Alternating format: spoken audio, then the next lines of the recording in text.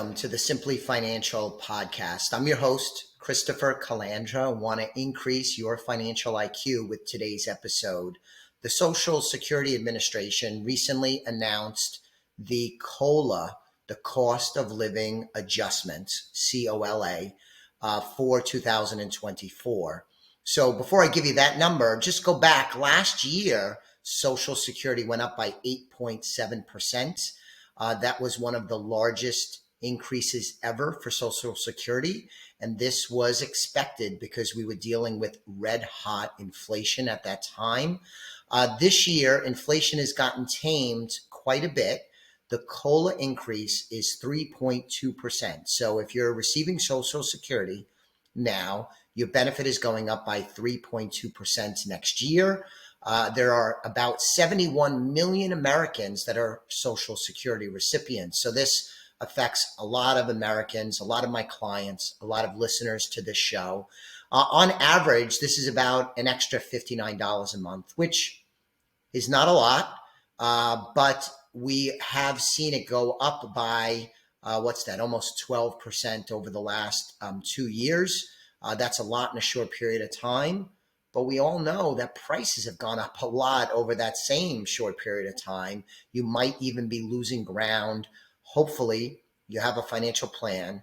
You have a wealth plan where you have other assets, other income streams, and you are not solely reliant on Social Security. Because if you are, these are difficult times. I looked back historically, by the way.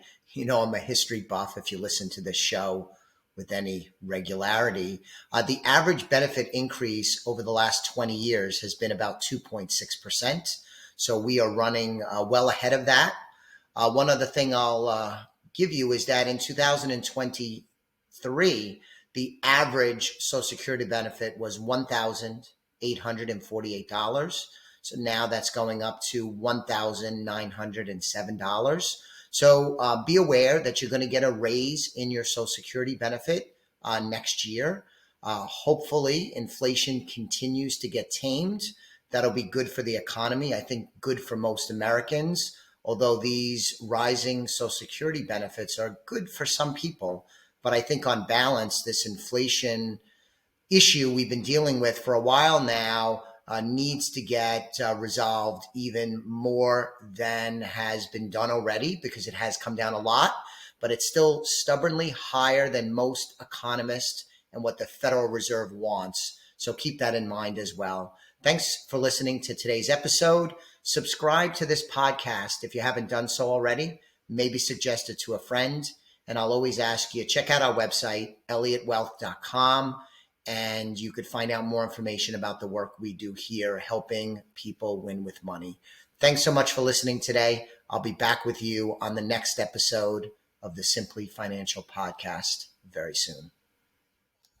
The views expressed are not necessarily the opinion of Osaic Wealth, Inc., and should not be construed directly or indirectly as an offer to buy or sell any securities mentioned herein. Investing is subject to risks, including loss of principal invested. Past performance is not a guarantee of future results. No strategy can assure a profit nor protect against loss. Please note that individual situations can vary. Therefore, the information should be relied upon when coordinated with individual professional advice. Please note, the information being provided is strictly as a courtesy.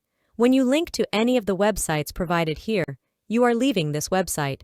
We make no representation as to the completeness or accuracy of information provided at these websites. Nor is the company liable for any direct or indirect technical or system issues, or any consequences arising out of your access to or your use of third-party technologies, websites, information, and programs made available through this website. When you access one of these websites, you are leaving our website and assume total responsibility and risk for your use of the websites you are linking to. Securities and advisory services are offered through Osaic Wealth, Inc., member FINRA, SIPC. Insurance services offered through Elliott Wealth Management Services, LLC, not affiliated with Osaic Wealth, Inc.